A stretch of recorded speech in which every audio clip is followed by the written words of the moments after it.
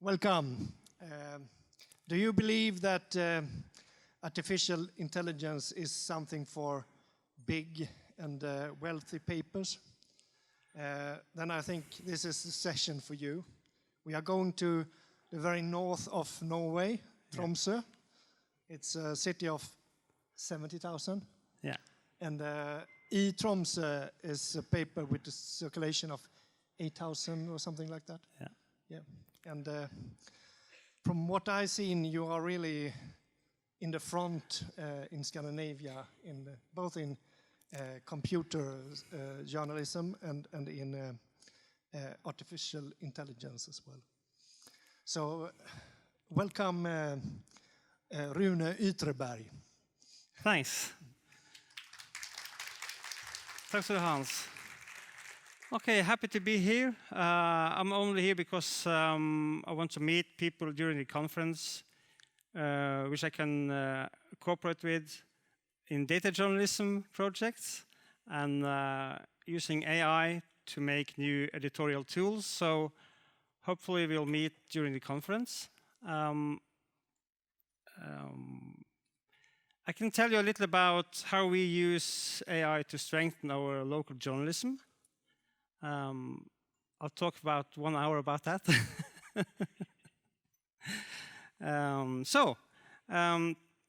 This is the newspaper. You see at here at the left here. That's our front page. We're 125 years old. We have 22 journalists, editors. That's the whole editorial staff. 22 people. Okay, we earn about 5 million euro each year. We are so small, you see.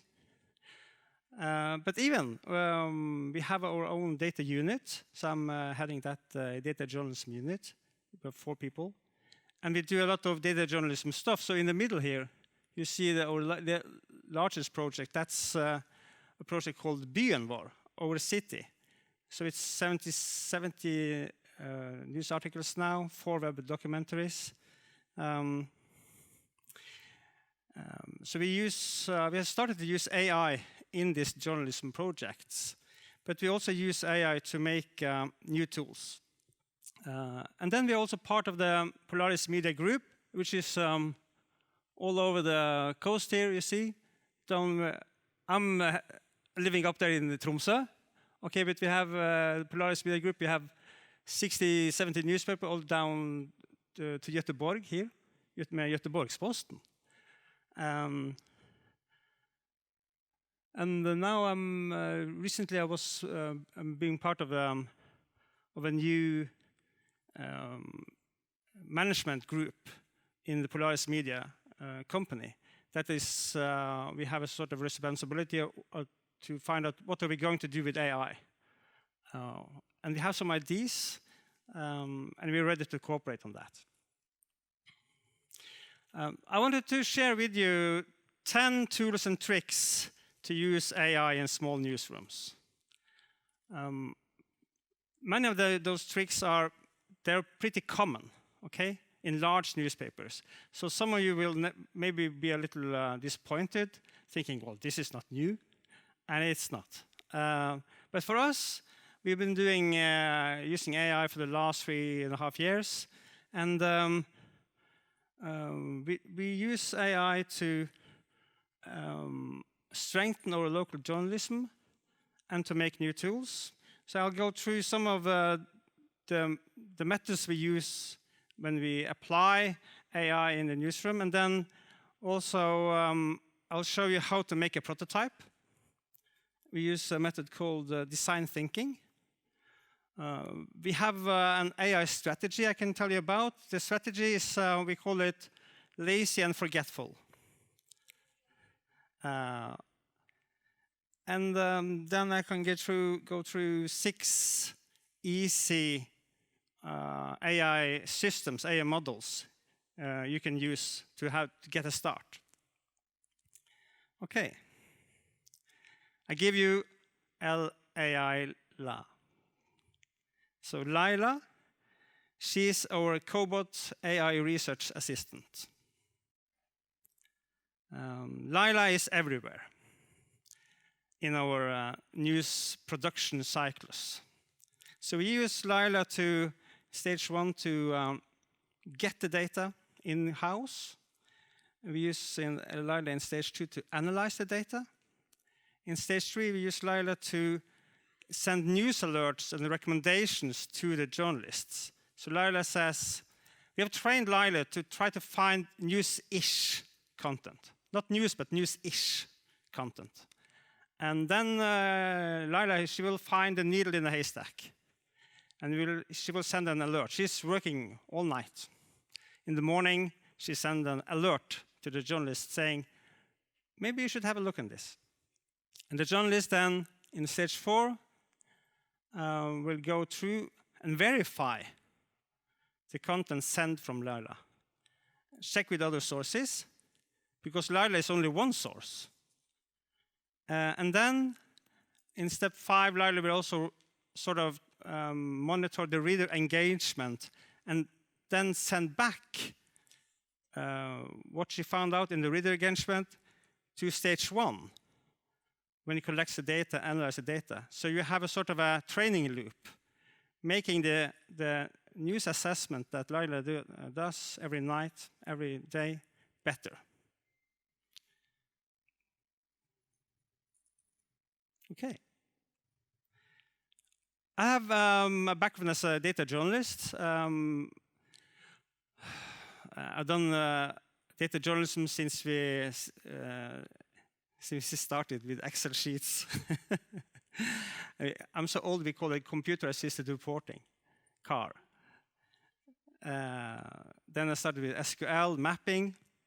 So I have a special interest in how to use AI to strengthen research. And I think that we can use AI to digitalize the research. Most of the research that the journalists do now is still analog, okay? We take the phone, we call up some oral sources, okay? But I think we can use AI to really digitalize the research phase of journalism. And I think that's the biggest sort of use we can have on AI on journalism, is to digitalize the research phase. So we use AI to enhance our research. So the journalists, they get relevant documents, relevant information from a variety of sources, and they can choose some of them. And Laila also analyzes the content. So when you have a massive amount of data every night, it's so much, and we are so few journalists. We haven't the possibility to go through all that information. So Laila does that, and then she will give us some sort of summaries to help journalists choose the right sources to go and do research. We use AI to detect patterns and anomalies. And we are trying, this is work in progress, but we are trying to have Laila to make personalized news alerts. So each journalist gets what they are interested in. We haven't come that far yet, but that's our aim. So this is how we invented Laila. It was a workshop with stick-it posters. So now we use Laila to accelerate research, send news alerts, and we have it on now. We're just at the beginning. We've been working 3.5 years. This takes time, but we have Laila as an AI news finder, so she will find municipality documents. We have made a bot. So we're searching through property registers. They made a fish bot, because fish is very important in northern Norway, in Tromsø. We live by fish, okay. We are the fish capital in Norway. Of course, we need a fish bot. And we use the fish bot to, that's a large project. If anyone wants to join cross borders, we are ready to do it. We use fish bot to predict unsustainable fishing. using AI sort of models on that data to predict unsustainable fishing. We do text mining of business reports, and we're also going to use AI prediction of socioeconomic trends in our city. That's also a work in progress. Anyone who wants to join, be my guest. Since Laila is only a cobot, we have made the data she gathers, we made it searchable into databases so that journalists can verify the information.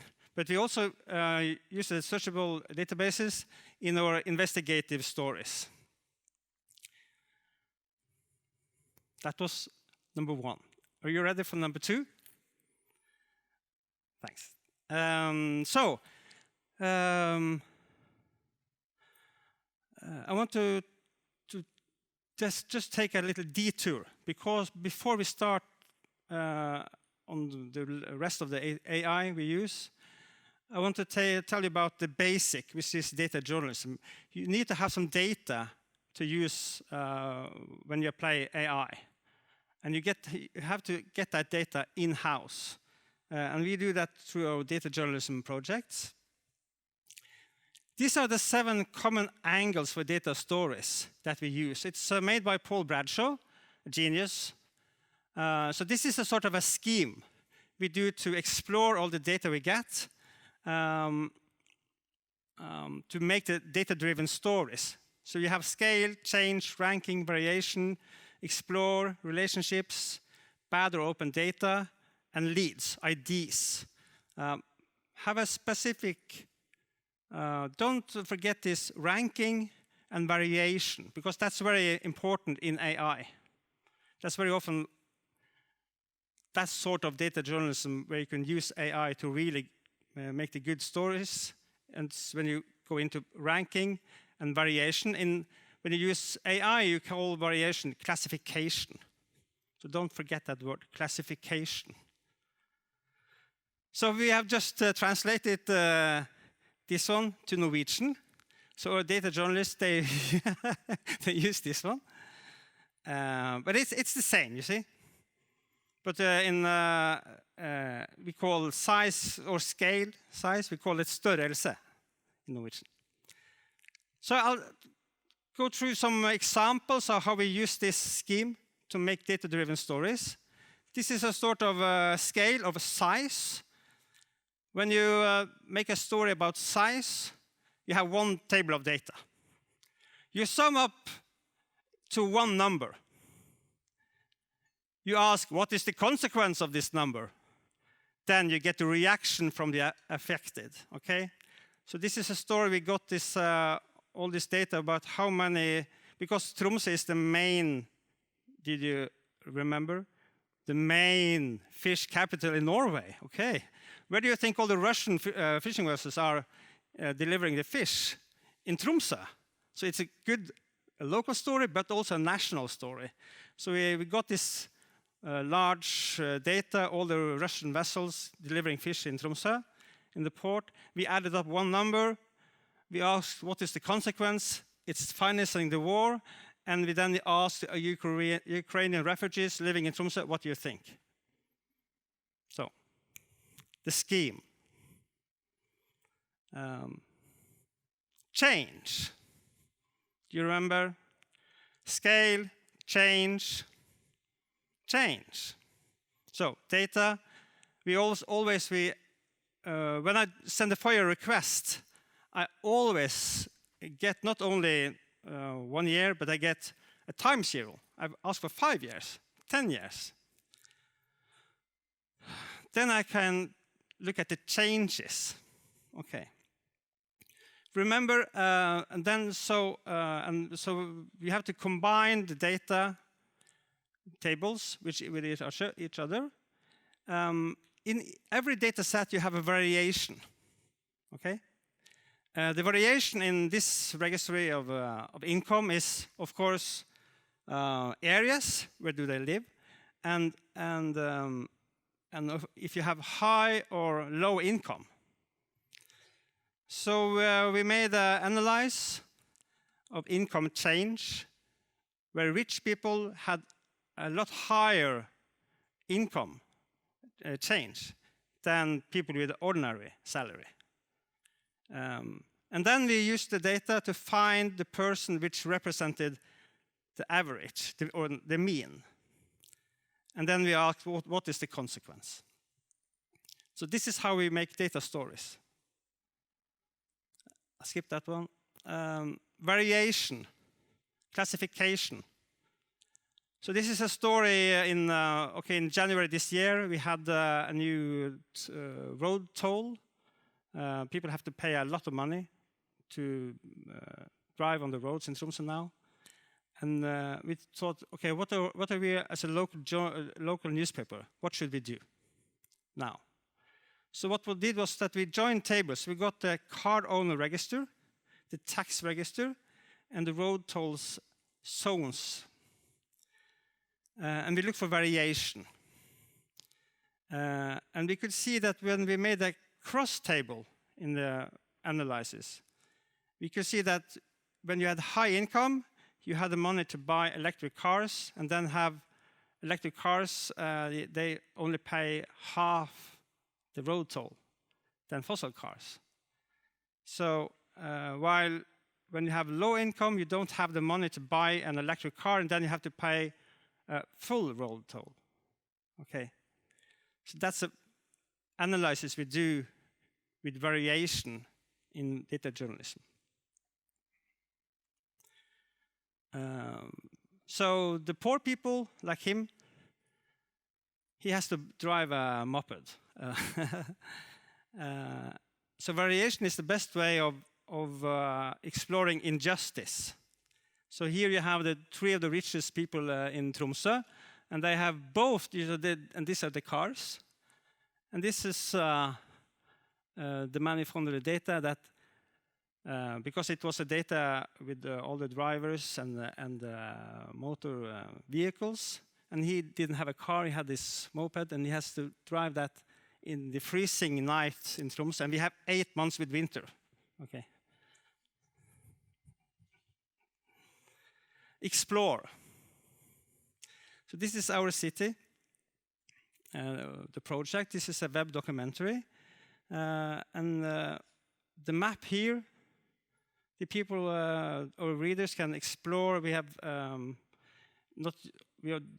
make not only news articles but also visualizations. So here you can explore that. In this area, I live here. And in this area, in the center of Tromsø, 1/3 of every child is living in a poor family. Okay, 1/3. We found that when we were exploring the data and showing that to our readers. Okay, I can use AI now on this data to predict how many more children are going to grow up in a poor family in Tromsø. I would use an AI model there called regression analysis. And some of you will think, okay, that's only statistics. That's not AI, but it is. You're predicting something. So this is a thing we did. The AI strategy, lazy and forgetful. We have some, since we are very small, and we are on the start, we have doing this since I started in Tromsø 3.5 years ago. We have taken the low-hanging fruits first. What do we do with AI? We use it to strengthen our local journalism. We use it to make efficient analysis of our data. We have some sort of a we think that we can use AI to make all the data in the databases that exist publicly available for the people in the local society, and that will strengthen the local newspapers' place in the local society, in the community. So I think that this is important for every local newspapers. We have AI strategy we call data first. You know, we have been talking a lot these latest years about mobile first, mobile first, mobile first, mobile first. But for us now, we say data first.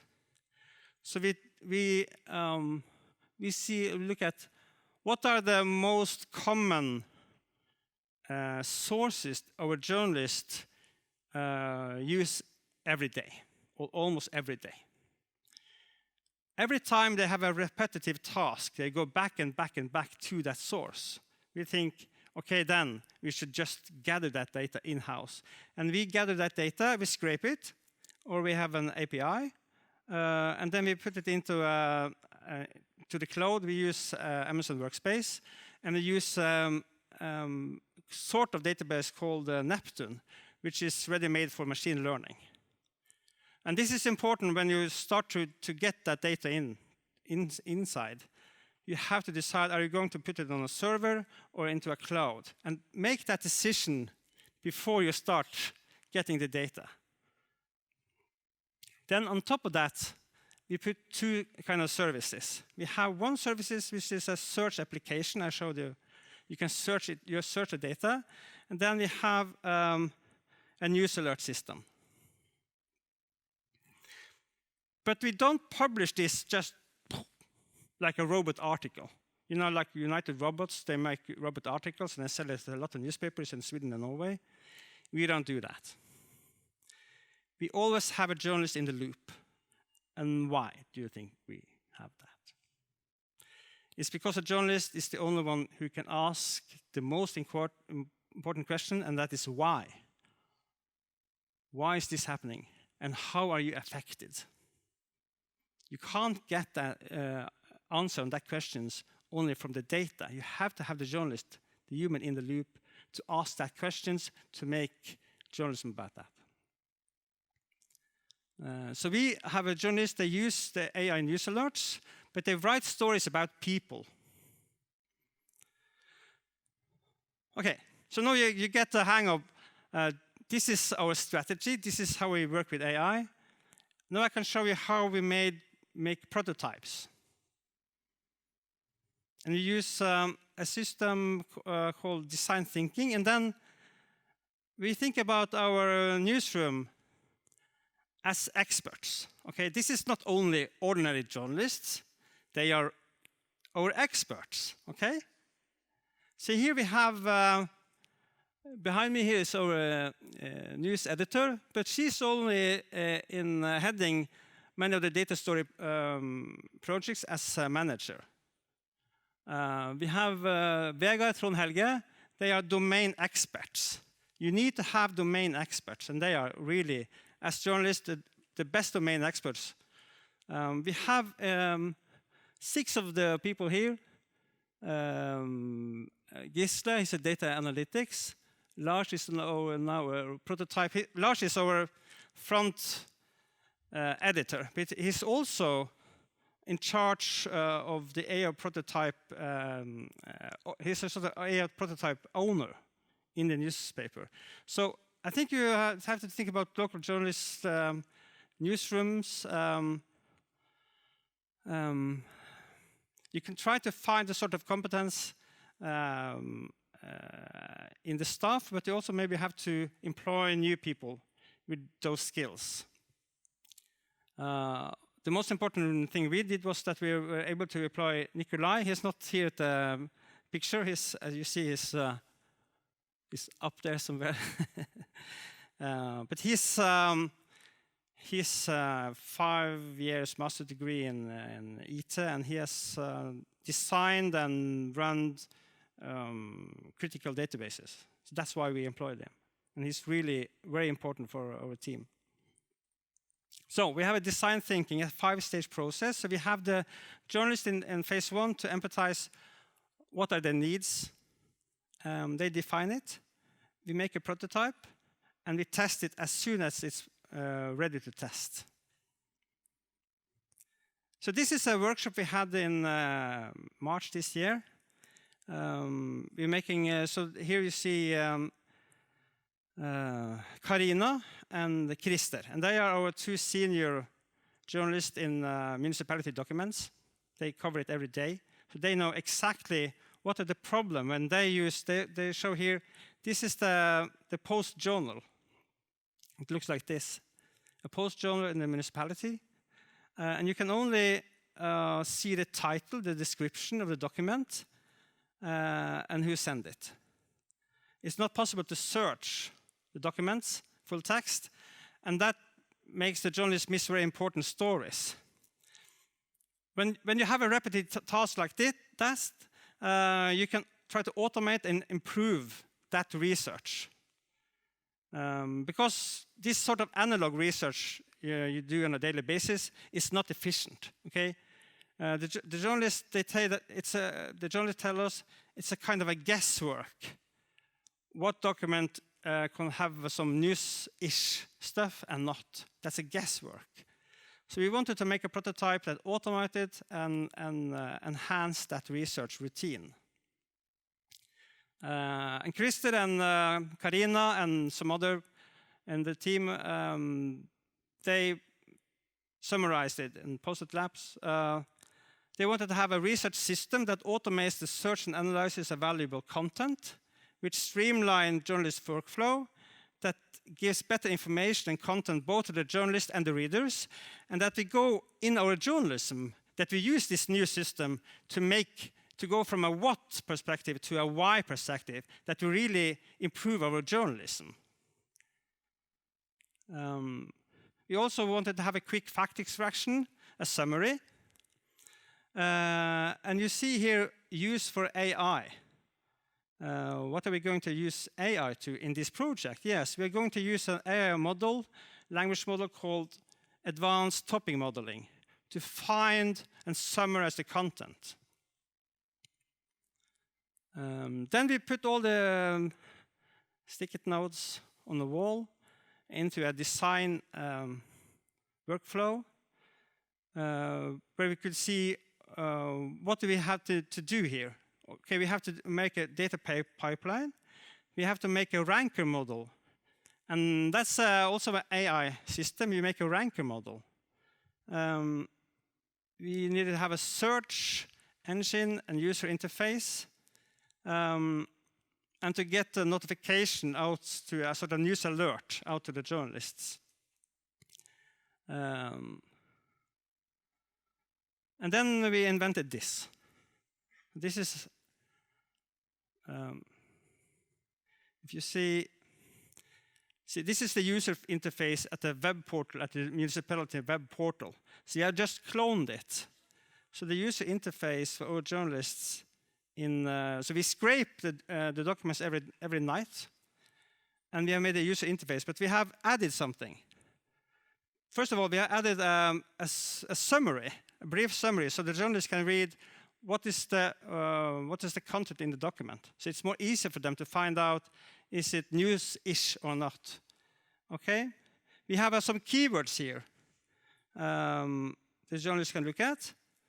We have a preview of the document, and we have also a very relevant score telling this document has a high news relevance score. How do we make it possible to find news, to let the algorithm understand that it's news in this document? Okay, it's trained by the journalist, who you see on 5 here. The journalist will get a thumb up or a thumb down, telling the algorithm is news-ish or it's not. To be able to do this, I think it's extremely important now, if you're starting to make editorial tools using AI, that you really need to have a journalist in the loop to train the algorithm. You can't let the developers in the IT department do that stuff. Okay?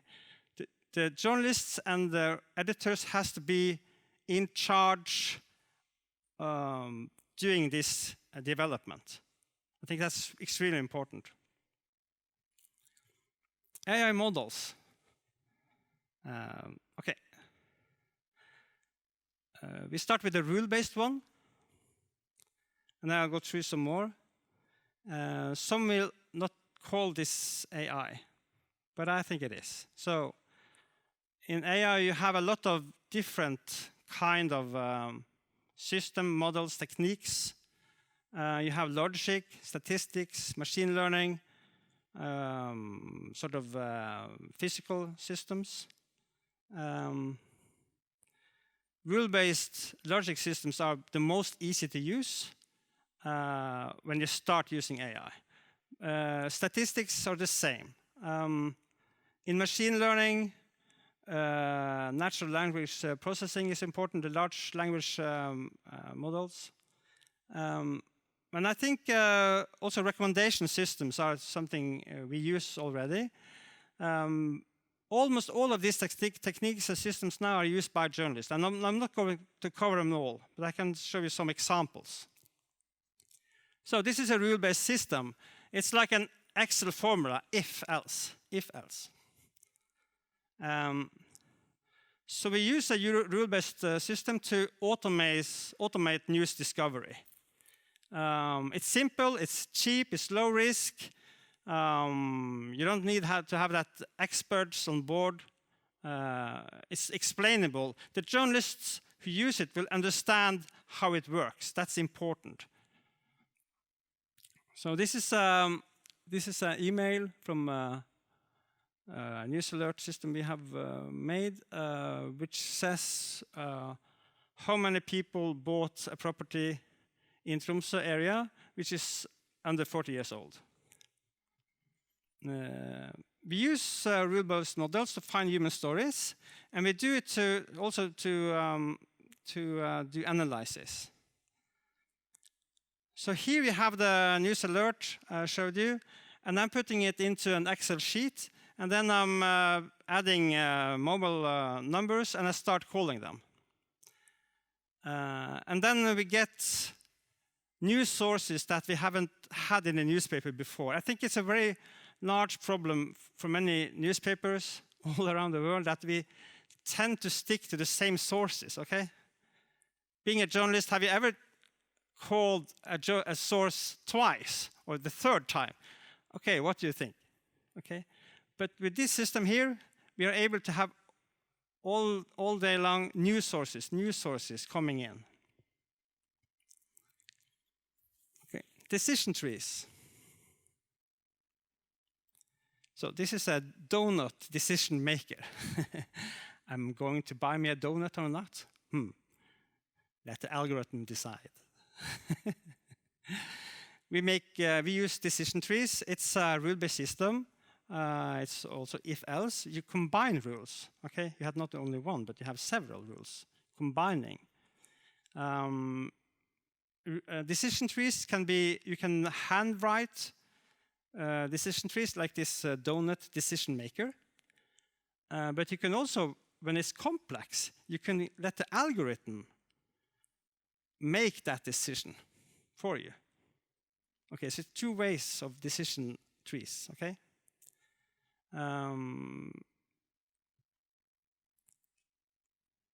So this is the Finnish football robot.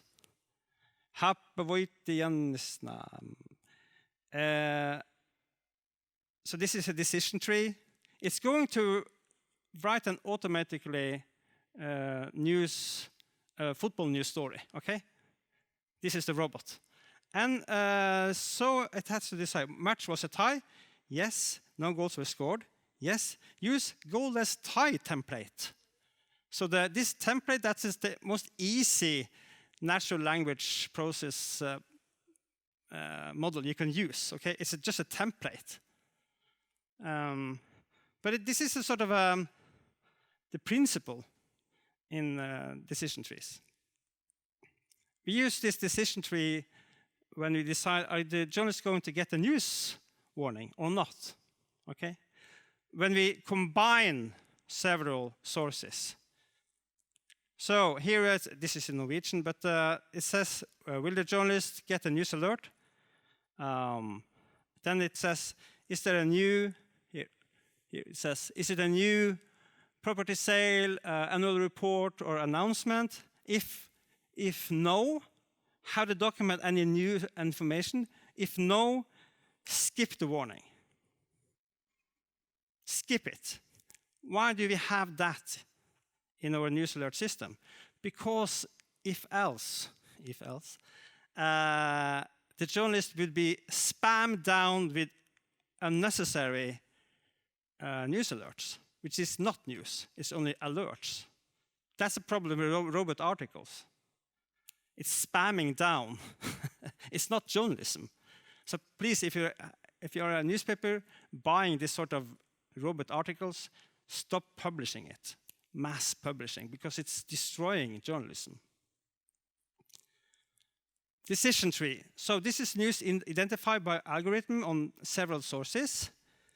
But you have the journalist to call them and to get the picture. We also use, as I showed you, decision trees to build a source machine. So we can have news sources, often young sources, in the newspaper. So this is a decision tree based on 3 sources. It's based on a database of municipality workers we got in a FOIA request. Then we have people in income in the tax register, and then we have people registered in the property register. And we have a decision tree finding these sources which don't have ownership in a property, which earn less than this amount, okay, and is a nurse. And when you push the repeat button, it's AI.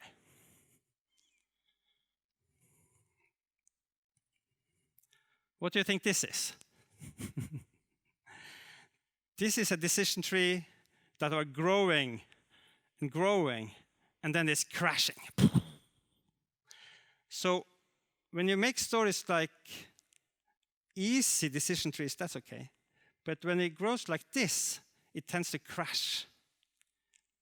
That's why you need another system. And that's predictions and classifications. And that's maybe the most important one of the most important, especially classifications. So, classification and regression. I'm not so good at this, okay? I try to explain it. Regression analysis, okay. Do you remember Sebastian? He had to drive a moped. Do you say what do you say in English about moped? Huh? Motorcycle? Yeah, small motorcycle. Yeah. So he has to drive a small motorcycle 8 months in the winter because he's so poor. He can't afford to pay the high road tolls. Okay. I really feel sorry for him. Is it possible to use AI to predict how many are going to start selling their old fossil cars and start to drive these small motorcycles because they don't have enough money to pay road tolls? Possibly. Is it possible to predict how many rich people are going to buy expensive electric cars to avoid paying road tolls? Maybe. So this is a map. We have combined the sources I mentioned, car registry, income, road toll zones, and living condition zones. So we can see here,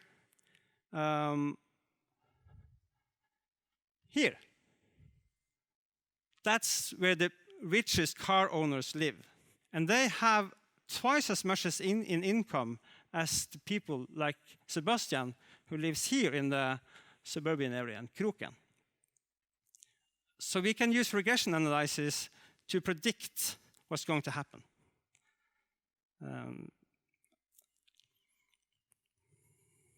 We're also going to predict how many children are going to live in poor families for the years to come in Tromsø. Okay. This is about classification. I have this picture because in almost 20 years ago, in 2005, I was invited to the Global Investigative journalism conference in Amsterdam. It was in Amsterdam that year. And we were presenting an award-winning television program about illegal trawlers in the Barents Sea. And the way we found that illegal trawlers was that we were 5 journalists. I was traveling to Murmansk in Russia. I had a source there. Every day I got a Word document with an overview of every Russian trawler fishing in the Barents Sea. It was about 300 trawlers. And we wanted to find the trawlers that were involved in illegal fishing. So we were sitting down with some other sources, and we had a list of some vessels. One of them was this vessel, Topaz A. I sent that list every day on a fax machine to Øystein, my colleague. He was on board on a Norwegian military vessel patrolling the Barents Sea, looking for Topaz A. It took us 3 weeks to find it. It was a needle in the haystack. But we found it, and we filmed it, and we made a documentary about that illegal fishing in the Barents Sea. It was really time-consuming. We used a year and over 1 million NOK. That was in 2005, so that was a really expensive documentary. Now we use AI. And so this is, we have combined, this is here. This is all the fishing vessels fishing outside Norway. There you have all the fishing vessels delivering fish in the sea. We combine the sources, and we use an AI technique to classify which kind of vessels can have a sort of activity that reminds of illegal fishing. And then the AI robot will try to find it. It will be supervised in the way that we have to know what kind of activity can be illegal. So we have 40-50 vessels that we know are fishing illegally, and the algorithm learns, okay, this is a kind of illegal activity. So we know that's a sort of activity, and then we use it on the broad data, the large data set, to find similar patterns. That's classification. And one of these ways of classification is a decision tree. It learns by examples. One of that algorithms is called random forest. It learns by examples. Language models.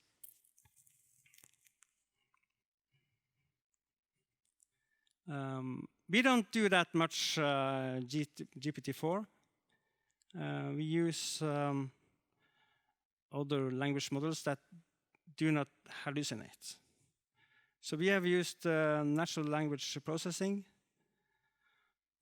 to analyze documents, a large corpus of documents, of text. We use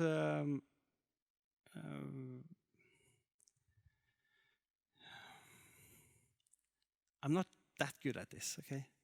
So when we come to this NLP, we need to get the expert on board, okay?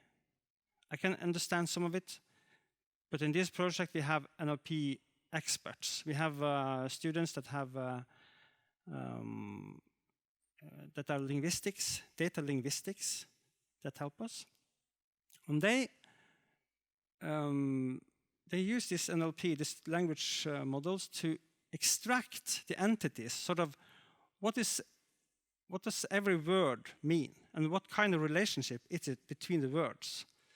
They also make sort of a topic classification and word clusters. And they use that to both make the summaries of the documents, but also range the content in the document to find similar content among several documents. I've got to explain that the problem with the GPT is that it's looking in front to find what is the next possible word, and then to the side to see the context. But it's not looking behind. you have language models like BERT and SBERT, which also look behind. It doesn't invent facts, but it makes summarization based because it's looking in the side, in the front, but also in the back. That's why I think SBERT, and SBERT is now trained on almost every language in the world, so it's language specific. In Norway, you have a BERT model called NB-BERT. Okay, we use that.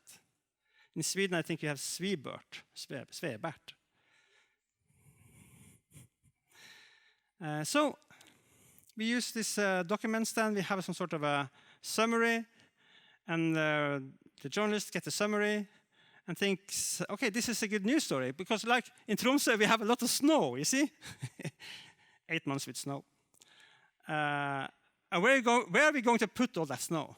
Yeah, of course, in front of poor Birgitte's window. And she's furious. And also, Camilla has the same problem. So this is a good story, you know, in Tromsø. Everyone's raging about this, oh, so much snow. And then you can't even get it in the front of the window, you know. So we use these language models to make news alerts from municipality documents, and it's working. Sometimes. So we need a human in the loop. We have, this is, on the top here you see this one here. The top is the summary. And it's, Laila made it in the night. We came at a meeting at the newsroom in the morning, and I could read that, okay, the municipality thinks that it's going to be a mosque in a house, in a block, people living there. It's going to be a mosque in the first floor.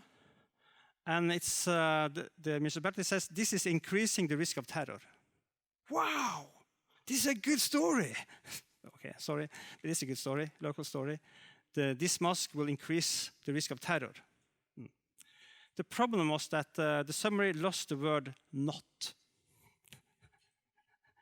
So the document, the actual document says "ikke," not. This mosque will not increase the risk of terror. And of course, that's why we still need a human in the loop. You can't trust Laila yet. Machine learning. So, you have already seen this, but this is supervised machine learning. Journalist saying yes or no, good or bad. It says the journalist is the supervisor of the algorithm, training it to find the right, do the right choices. Very often, this is the design and the architecture of this bot. And very often when you do machine learning, you will do it together with other AI models. So here, the journalists see they are all only involved in this ranking training loop. You see here? So they have a user interface and they say yes or no. And this training loop, that data pipeline. Yeah. Recommender systems. So now we come to this is not that easy. Okay, this is a little more advanced. Not that much, but a little. This is ILO. I give you ILO. ILO Gaup, he was a world champion freestyle motocross FMX world champion 2 times. He's from Tromsø, my hometown. He's called the Iceman. He also broke 35 bones in his whole career. We think of ILO as the engine in our next research assistant. And maybe you want to join us and make that research assistant. We call it ILO because it stands for Artificial Intelligence Language Orchestra. It's going to be multilingual. Okay, so you have some new multilingual large language models like T5 and Llama 2. We want to test them, and maybe together with you. You could think about large language models as recommender systems. Okay, so this is Netflix. Netflix, they have recommender system. They will recommend what film you will look at next based on your behavior. So this is a sort of a principle in recommender systems, and that you have a user, and the user has a sort of a rating, telling, I'm interested in this and this and this, okay? Yeah. I'm interested in sport, but not clothing. So you make a user profile. Then you have a content, the algorithm, it will make a content analysis of the data and rank it, okay? When you have a match between the ranking from the user profile and the content analysis, you get a recommendation, okay? That's a principle. And this is how we can, as local media, start to do personalized news production, okay?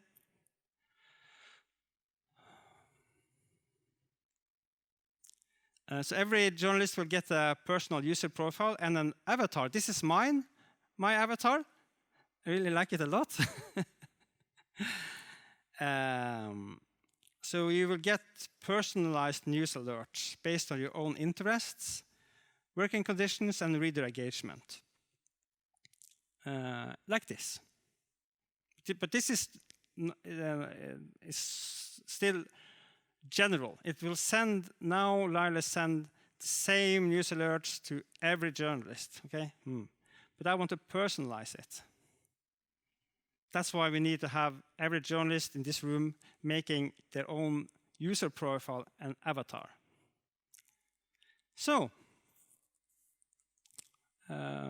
we have come so far that we use now news recommendations with auto summaries, with ranking, and it detects news stories like this. But it's still written by journalists. So what's next? This is maybe it's very important. We have to recruit new people, developers that can do machine learning, that know language models, database design, user interfaces with front end, and we need journalists can do analytics, that they can do statistics, regression analysis, multivariate analysis, linguistics, economy. We have come so far that we now have, this year we had a new position as an AI trainee in our newsroom. Gisle, he's already started, involved in 2 very exciting projects where we use AI. Yeah. And since we are so small, our strategy is to partner up with universities, companies, media partners, especially university departments in machine learning, social science, and economics. Yeah. So I'm really hoping that these days I can talk to a lot of you. Yeah, I think AI is going to change the way we do journalism. I think it's going to be more important than the telephone, the typewriter, the PC, the mobile phone.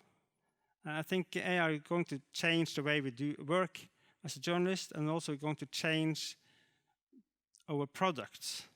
And I think it's crucial that we journalists now get on board and get our hands on AI and get our hands on the models. We have to train our own language models. We can't just use the big ones. We have to train them ourselves, because a really large problem is that a lot of the AI are black boxes. They're algorithms that we don't know how they work. Okay, if we are going to use them, we have to be able to tell our readers, what have we done? Why did we take this information and made it public and not that? Okay, and we can't just trust Google's and Meta and all these large companies' products. So that's why I think it's so important for us journalists to work together on this, how we use AI and how we develop tools used by AI cross-border. So that's why I don't want to keep what we're doing as a sort of a company secret, okay? I really wanted to share it with you because I really think that we have to work together. Okay, that's it.